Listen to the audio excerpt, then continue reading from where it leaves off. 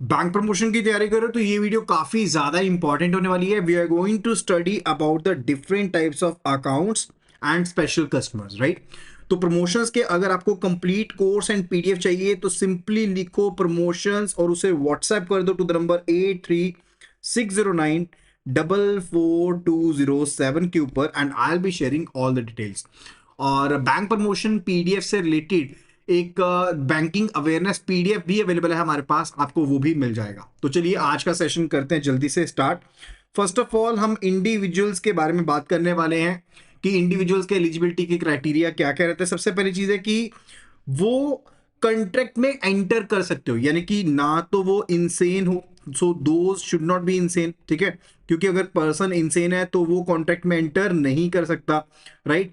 And minor भी जो है वो भी कॉन्ट्रैक्ट में एंटर नहीं कर सकता, कॉन्ट्रैक्ट में पार्टिसिपेट नहीं कर सकता। अगर पर्सन बैंकक्रप्ट है या अदरवाइज एडजुडिकेटेड है बाय द लॉ तो भी वो बेसिकली पार्टिसिपेट नहीं कर सकता कॉन्ट्रैक्ट में। And they must have basically attain the age of maturity, यानी कि 18 साल या उससे ज्यादा उम्र के हो। मेंटल कंपिटेंस होनी जरूरी है एंड लीगल स्टैंडिंग होनी जरूरी है, तभी वो कॉन्ट्रैक्ट में एंटर कर सकते हैं। एंड कौन से पर्सन इनकम्पिटेंट है जो कॉन्ट्रैक्ट में एंटर नहीं हो सकते। So as I told you, जो पर्सन इनसॉल्वेंट है, if a person is insolvent वो नहीं एंटर कर सकते। अगर कोई एनिमी कंट्री का नेशनल है वॉर टाइम के दौरान, कंफ्लिक्ट पीरियड के दौरान, वो भी नहीं एंटर कर सकते। अगर कोई पर्सन अनसाउंड माइंड का है they can also not be the participating in the contract, वो भी पार्टिसिपेट नहीं कर सकते। अच्छा, माइनर को लेकर के एक स्पेशल रूलिंग है, खास करके when we talk about the negotiable instrument act, हमने ऑलरेडी इसके बारे में बात करी थी कि otherwise whatsoever the contract with the minor, ठीक है, कोई भी कॉन्ट्रैक्ट करते हो वो वॉइड अब अनिशियो माना जाता है, यानी कि जब से वो कॉन्ट्रैक्ट स्टार्ट हुआ है तब से उस कॉन्ट्रैक्ट को इनवैलिड कंसीडर किया जाता है, राइट। लेकिन अगर माइनर लेट से एक इंस्ट्रूमेंट को ड्रॉ करता है तो क्या वो वैलिड है? यस, माइनर ड्रॉर भी बन सकता है और एंडोर्सर भी बन सकता है, एंडोर्सी भी बन सकता है, राइट। तो माइनर कुछ भी बन सकता है। Minor can bind all the parties except himself, अपने आप को बाइंड नहीं करेगा, बाकी सभी पार्टीज को बाइंड कर सकता है। लेकिन जनरल रूल क्या है कि भाई माइनर किसी कॉन्ट्रैक्ट में एंटर नहीं कर सकता, राइट। यानी कि देखो, बैंकर कस्टमर रिलेशनशिप में एंटर करना अलग बात है, यानी कि अगर लेट से कोई माइनर पर्सन है, वो उनकी उम्र 10 साल या उससे ज्यादा है, ग्रेटर देन और इक्वल टू 10 ईयर्स है, राइट। तो उसके केस में डेफिनेटली वो अपना इंडिविजुअल बैंक अकाउंट ओपन कर सकते हैं। अगर इवन लेट से 10 साल से कम भी है उम्र तो भी वो गार्डियन के साथ अपना अकाउंट ओपन कर सकते हैं। बट द पॉइंट इज कि वो किसी को बाइंड नहीं कर सकते। लेट से पर्सन ए है एंड ये माइनर है, राइट, और इन्होंने एक चेक ड्रॉ करके दे दिया पर्सन डी को। अब पर्सन डी कहते हैं भाई मैंने तो इनको गुड्स दे दी हैं तो उसके बदले मैंने चेक लिए, और जब ये चेक को लगाने जाते हैं ये चेक हो जाता है डिसऑनर, यानी कि इनको पैसे नहीं मिलते उस चेक से रिलेटेड। तो जब ये केस लगाने जाएंगे ना तो वो केस लगेगा ही नहीं। क्यों? क्योंकि ये माइनर के साथ कॉन्ट्रैक्ट है एंड माइनर के साथ जो कॉन्ट्रैक्ट होता है दैट इज वॉइड अब इनिशियो, ठीक है। अब ज्वाइंट अकाउंट के फंडामेंटल्स को समझना भी यहां पर काफी जरूरी हो जाता है। देखो, joint account, if we talk about, we are having different type of the joint accounts, right. So यहाँ तो अकाउंट जो होगा that will be jointly operated, की ज्वाइंटली ऑपरेट कर रहे हैं लोग, राइट। या फिर होगा आइदर सर्वाइवर बेसिस पर या फॉर्मर सर्वाइवर बेसिस पर, या फिर any of the above, right. जैसे मान लो मल्टीपल है और आइदर सर्वाइवर तो नहीं होगा, उसमें कोई भी ऑपरेट कर सकता है, 3 पर्सन हैं तो उसे एनीवन बोल देते हैं, राइट। तो ज्वाइंटली में क्या है कि 2 पर्सन या ज्यादा पर्सन इकट्ठे ही ऑपरेट कर सकते हैं, अकेला पर्सन नहीं कर सकता। आइदर सर्वाइवर में दोनों में से कोई भी पर्सन कर सकता है। फॉर्मर सर्वाइवर में से जिसका पहला नाम है सिर्फ वही ऑपरेट कर सकता है, सेकंड वाला फॉर्मर की डेथ के बाद बेसिकली अकाउंट को ऑपरेट कर पाएगा, उससे पहले नहीं कर पाएगा। एनीवन के केस में एज अ नेम सजेस्ट कोई भी अकाउंट को ऑपरेट कर सकता है, anyone can particularly be operating the account, ठीक है। उस सिनेरियो में ये चीज रह जाती है। क्लियर है चीज? तो मल्टीपल होल्डर्स हो सकते हैं, there can be the case of the multiple holders. तो सिंपली हमने सीधा समझ लिया ज्वाइंटली में लाइक जो पर्संस इकट्ठे कर पाएंगे, let's say A and B and C, right. यहां पर एंड का मतलब क्या है? तीनों चाहिए, तीनों साथ में होंगे तभी अकाउंट ऑपरेट होगा। अच्छा, अगर है ए और बी, यानी कि ए भी ऑपरेट कर सकता है बी भी ऑपरेट कर सकता है, right. And A and after B, right. इसका मतलब क्या है? इसका मतलब है फॉर्मर सर्वाइवर, यानी कि जीते जी तो पहले ए ही करेगा, जब ए की डेथ हो जाएगी तो फिर बी ऑपरेट कर पाएगा, that is farmer survivor relationship. तो ये डिफरेंट डिफरेंट आपके पास पॉइंट्स होते हैं कि किस तरह से ऑपरेशंस ये कर पाएंगे, राइट? ये चीज क्लियर है। तो ऑपरेटिंग इंस्ट्रक्शंस पहले देनी होती है, एंड एक होती है सर्वाइवरशिप क्लोज, जैसे मैंने आपको बताया ना फॉर्मर सर्वाइवर, यानी कि उनको स्पेसिफाई करने पड़ेंगे प्रोसीजर्स, यानी कि होल्डर की डेथ के बाद किस तरह से जो सर्वाइवर है वो अकाउंट को अटेन कर सकता है उसके बारे में। एंड इन केस अगर नॉमिनी है ना, तो नॉमिनी कब एक्टिवेट होता है? लेट्स से अगर ए एंड बी हैं, जॉइंट अकाउंट होल्डर्स हैं, राइट, और इन्होंने नॉमिनी अलॉट किया पर्सन सी को। पर्सन सी क्या है यहाँ पे? नॉमिनी है। मैं ज्वाइंट अकाउंट ऑपरेशन की बात कर रहा हूं अभी यहाँ पे, राइट? और लेट्स से कि पर्सन ए की डेथ हो जाती है, तो अब पैसे किसको मिलेंगे? Who will be getting the money? अब इस सिनेरियो में who will be getting the money? Person B को मिलेंगे या फिर सी पर्सन को मिलेंगे? सो नॉमिनी सिर्फ तब अकाउंट में आएगा जब सभी अकाउंट होल्डर्स की डेथ हो जाती है, अदरवाइज नॉमिनी आपका पिक्चर में नहीं आता।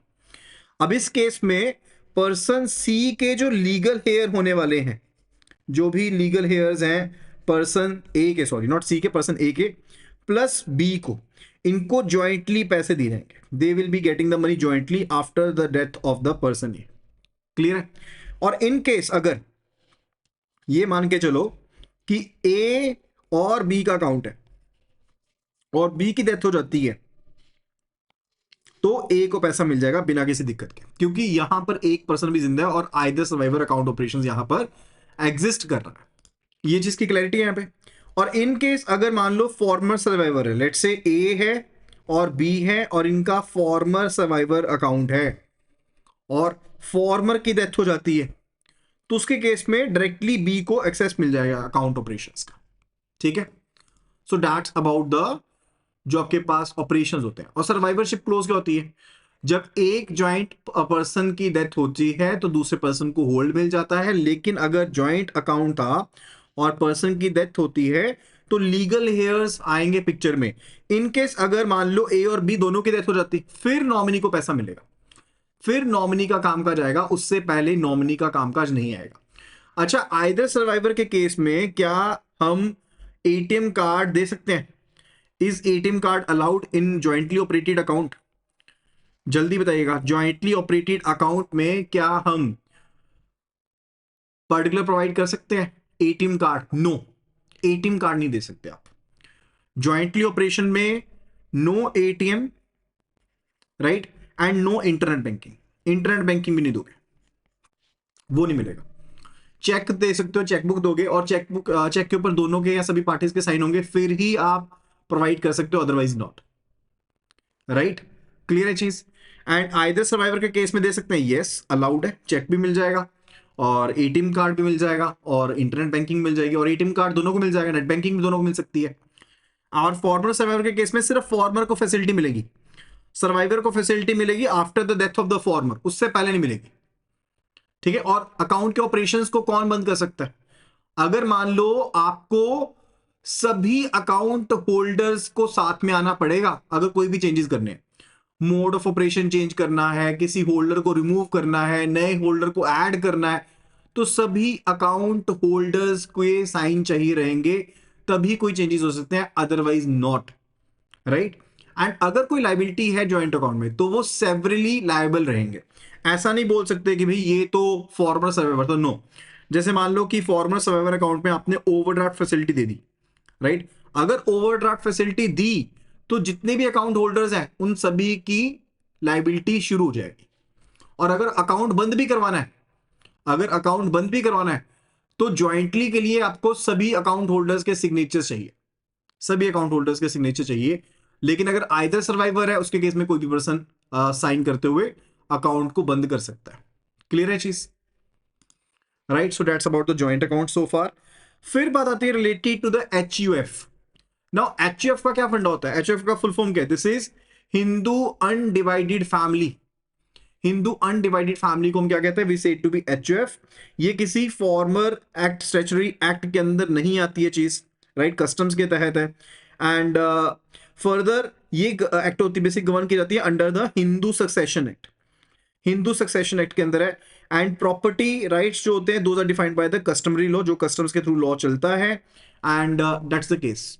सो एचयूएफ यानी कि हिंदू अनडिवाइडेड फैमिली जो है वो एक यूनिक फॉर्म होती है फैमिली यूनिट की, जिसको रिकॉग्नाइज किया गया है हिंदू लॉ के अंडर। जैसे मान लो कि जो लीनियरली डिसेंडेड पर्सन है किसी कॉमन एंसेस्टर से, राइट, जिसमें स्पाउसेस एंड अनमैरिड डॉटर्स हैं, वो सभी इसका पार्ट बनते हैं, एंड इसको एक सेपरेट लीगल एंटिटी कंसीडर करते हैं टैक्सेशन पर्पज के लिए। अदरवाइज अगर आप देखो it's not a separate legal entity, but taxation purposes के लिए, for the purpose of the taxation and for the purpose of the banking as well, आप इसको क्या मानते हो, we consider it to be a separate legal entity. इसको एक separate legal entity की तरह हम कंसीडर करते हैं। ग्रेट। एंड कौन पर्सन एचएफ को बना सकता है? हिंदूज हो गए, सिख हो गए, जैन हो गए, बुद्धिस्ट हो गए, राइट, ये एचएफ को फॉर्म कर सकते हैं। और एचएफ का जो मेन मेंबर होता है ना, it can be the eldest member of the family, male और फीमेल, राइट। तो जो एल्डेस्ट फैमिली मेंबर होगा, एल्डेस्ट मेंबर होगा जो, ठीक है, that will be said to be the karta, उनको माना जाएगा कर्ता। और कर्ता के पास अनलिमिटेड पावर्स होंगी। कर्ता will be having unlimited powers. अब ये अपनी प्रॉपर्टी जो है, पूरी की पूरी एस्टेट को किसी तरह से भी एक्ट कर सकते हैं, इनके पास पूरी पावर रहती है, राइट। सीनियर मोस्ट जो मेल फीमेल मेंबर है ये कर्ता बन सकते हैं। 2016 में जजमेंट आई थी दिल्ली हाई कोर्ट की, ठीक है। एंड इनकी अनलिमिटेड लाइबिलिटी भी होती है, क्योंकि बाकी सभी मेंबर्स के केस में जो लाइबिलिटी होती है ना, that is limited up to the extent of their share in the property, ठीक है। लेकिन जो कर्ता होता है ना, इसके केस में लाइबिलिटी जो होती है that can be like anything, कितनी भी लाइबिलिटी हो सकती है इनकी, इनका पर्सनल शेयर भी लाइबल होता है, ठीक है। एंड बाकी जो मेंबर्स होते हैं उनको हम क्या कहते हैं, वी से देम टू बी को पार्सनर्स। बाकी जो मेंबर्स हैं, लाइक कर्ता भी को पार्सन होगा खुद भी, उनके बच्चे, बेटियां, ठीक है, ग्रैंडसन, ग्रेट ग्रैंडसन, सभी को पार्सनर्स कहलाएंगे। ऑल विल बी को पार्सनर्स। जो भी मेंबर्स हैं सभी को पार्सनर्स होंगे, ठीक है। अब अगर हम एचएफ के फीचर्स की बात करें तो ये ऑपरेशन ऑफ लॉ के थ्रू चलते हैं। एचएफ का अलग से पैन कार्ड होता है, सेपरेट टैक्स असेसमेंट होती है, एंड परपेचुअल सक्सेशन होता है, क्योंकि कभी डेथ नहीं होती इसकी। प्रॉपर्टी किसको बिलोंग करती है? एचएफ को बिलोंग करती है, इंडिविजुअल्स को बिलोंग नहीं करती है। एंड लाइबिलिटी जो होती है that is limited to the HF asset. मैंने आपको ऑलरेडी बताया। बाकी जो भी को पार्टनर्स हैं, यानी कि कर्ता को छोड़ करके बाकी जो भी पर्संस हैं उनको को पार्टनर्स बोल दिया, और उनकी लाइबिलिटी मैक्सिमम कितनी रहेगी? Maximum to the extent of the amount, basically उनका जो शेयर है प्रॉपर्टी में, दैट्स इट, उतना। और अगर इनको अकाउंट ओपन करवाना है तो एचएफ की डीड होगी एक, जो कि फैमिली प्रिपेयर करेगी। एचएफ का पैन कार्ड होता है, एंड कर्ता की केवाईसी हो जाएगी, जितने भी एडल्ट को पार्टनर्स हैं उनकी केवाईसी हो जाएगी, राइट। सिग्नेचर्स हो जाएंगे को पार्टनर्स के, कंफर्म करेंगे कर्ता को, एंड बिजनेस प्रूफ हो जाएगा अगर कोई है, और इसके साथ इनका अकाउंट ओपन हो जाएगा, लाइक एबीसी एचयूएफ, राइट, या Jain HUF, Ashish Jain and family नहीं हो सकता, एचयूएफ नाम साथ में ऐड जरूर होगा, ठीक है। और अगर ऑपरेशंस की बात करें, ऑपरेशन कौन करेगा अकाउंट को? अकाउंट को ऑपरेट कौन करता है? जो कर्ता होगा, karta, that is a sole operator, वो अकेला भी अकाउंट को ऑपरेट कर सकता है, राइट। को पार्टनर्स अकाउंट को ऑपरेट नहीं कर सकते। और इन केस अगर कर्ता की डेथ हो जाती है तो नया कर्ता पर्सन जो है फैमिली के हायरार्की के हिसाब से अपॉइंट कर दिया जाएगा। जो भी एल्डेस्ट को पार्टनर था, मेल या फीमेल, उनको अपॉइंट कर दिया जाएगा। और बैंक को डेथ सर्टिफिकेट चाहिए पुराने कर्ता का, और डिक्लेरेशन चाहिए सभी को पार्टनर्स के द्वारा कि उन्होंने नया कर्ता अपॉइंट कर दिया है, और नए कर्ता के जो भी केवाईसी वगैरह वो चाहिए रहेंगे, डेट्स इट। अकाउंट कंटिन्यू रहेगा, एचएफ कभी क्लोज नहीं होता कर्ता की डेथ के कारण से। एंड अगर सभी को पार्टनर्स चाहते हैं कि भाई कर्ता चेंज करना है, तो उसके केस में सभी को पार्टनर्स की तरफ से डिक्लेरेशन जाएगी और नए कर्ता की डिटेल्स आएंगी। सिंपल सा फंडा होता है, राइट। सिंपल सी चीज समझनी है। एंड क्या हम नॉमिनेशन कर सकते हैं एचएफ के अकाउंट में? यस, नॉमिनेशन की जा सकती है, लेकिन नॉमिनी जो होगा वो सिर्फ एक ट्रस्टी होगा। एंड नॉमिनी अगर मान लो को पार्टनर नहीं है, राइट, तो स्टिल वो अपने जो एसेट्स हैं वो एचएफ को या उनके जो लीगल हेयर्स हैं उनको हैंड ओवर करेंगे after the death of the कर्ता। क्लियर है चीज? Is it clear? ये पॉइंट क्लियर होना यहां पर काफी जरूरी है, ठीक है। बेसिक से पॉइंट्स हैं, लेकिन इनको क्लियर करना काफी ज्यादा मैंडेटरी है यहां पर। चलिए आगे बढ़ते हैं। इट्स रिलेटेड टू कर्ता, हेड है फैमिली के, ट्रेडिशनल रोल है, मॉडर्न अमेंडमेंट है कि फीमेल भी कर्ता बन सकती हैं। एब्सोल्युटली ट्रू, बिल्कुल सही है। एंड एचएफ को पार्टनर्स के राइट, जेंडर इक्वालिटी है, सभी मेंबर्स होंगे, एंड कोई लिमिट नहीं है, को पार्टनर्स कितने भी हो सकते हैं, और इन सभी का इंडिपेंडेंट स्टेटस होता है। they all are having the independent status over there, right? That is to be taken care of. कर्ता की पावर क्या है, क्या क्या पावर्स है कर्ता के पास? क्या वो लोन उठा सकते हैं? यस, वो लोन उठा सकते हैं फैमिली नेसेसिटी को लेकर के, डॉक्यूमेंट्स को एग्जीक्यूट कर सकते हैं, सिक्योरिटीज के रूप में प्लेज कर सकते हैं एसेट्स को, एचएफ के एसेट्स को लोन के लिए, और इंडिपेंडेंट अथॉरिटी होती है, यानी कि अगर कर्ता ने कोई काम करना है तो उनको को पार्टनर के नोट की, को पार्टनर के कंसेंट की जरूरत नहीं है, राइट? और जो कोई भी एक्शन लिया जाएगा कर्ता के द्वारा, debt will be binding on copartners, ठीक है? तो वो सभी के ऊपर क्या बन जाएगी, एक बाइंडिंग बन जाएगी, किनके ऊपर?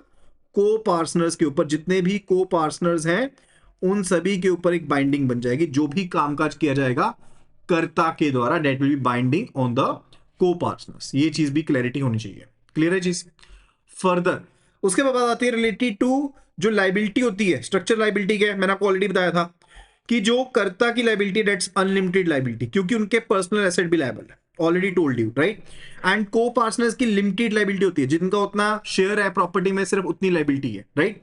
और ज्यादातर बेसिकली क्या होता है, जब लोन दे रहा था ना, लेट से यहां पर बैंक है, ठीक है, और बैंक ने एक लोन देना है जब एचएफ को, तो बैंक ना चालाक है, बैंक क्या करता है, सिर्फ कर्ता के द्वारा डॉक्यूमेंट्स को एग्जीक्यूट नहीं करवाता, बैंक जितने भी को पार्टनर्स हैं उनके द्वारा सिग्नेचर्स करवा लेता है, एंड माइनर के बिहाफ पर जो उनके गार्डियन है उनसे सिग्नेचर करा लेता है, यानी कि जो भी माइनर के गार्डियंस होंगे वो भी सिग्नेचर कर देंगे। तो इस तरह से वो अपने आप पर्सनली लायबल हो जाता है, जितने भी को पार्टनर्स भी होंगे वो भी पर्सनली लायबल होंगे कि उनको लोन वापस करना है। ये बैंक ऐसा करते हैं जब भी लोन देते हैं किसी एचएफ को, राइट? सो ये बैंक की प्रिकॉशन है, जब भी कोई लोन देना है तो वेरीफाई करो क्या पर्पस है, मल्टीपल सिग्नेचर, सभी को पार्टनर्स के सिग्नेचर करवा लो, एंड माइनर प्रोटेक्शन के लिए क्या करोगे, गार्डियन के सिग्नेचर्स करवा लोगे on behalf of the minor को पार्टनर्स, ठीक है? और सिर्फ कब, जब करता है अकेला लोन डॉक्यूमेंट को साइन करता है। लेट्स से लायबिलिटी डिस्ट्रीब्यूशन कैसे होगी, अब एचएफ की प्रॉपर्टी लायबल है और करता की पर्सनल लायबिलिटी बन जाती है, को पार्टनर्स का शेयर भी लायबल हो जाएगा, लेकिन को पार्टनर्स पर्सनली लायबल नहीं होंगे if they don't sign the documents, right? अगर वो साइन नहीं करते डॉक्यूमेंट्स को तो उसके केस में वो पर्सनली लायबल नहीं होंगे, लेकिन अगर को पार्टनर्स ने डॉक्यूमेंट्स के ऊपर साइन कर दिए हैं फिर वो पर्सनली भी लायबल बन जाएंगे, राइट? अब ऑपरेशन पॉइंट्स क्या है, मान लो अगर कर्ता चला गया अब्रॉड तो स्टिल वो कर्ता बना रह सकता है, ओवरसीज लोकेशन से कर्ता की राइट कर सकता है।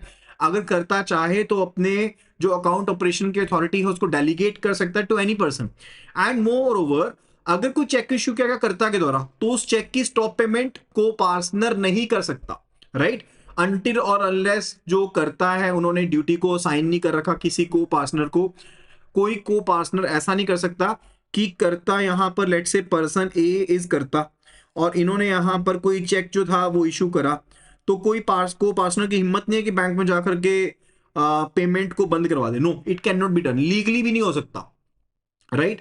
एंड सबसे इंपॉर्टेंट पॉइंट देखो, आरबीआई के हिसाब से भी, सॉरी जो सुप्रीम कोर्ट है उन्होंने एक यहां पर पॉइंट दिया है कि बैंकिंग के हिसाब से, टैक्सेशन के हिसाब से जो एचएफ है वो एक सेपरेट लीगल एंटिटी है, लेकिन अदरवाइज जो एचएफ है that's not a separate legal entity, right?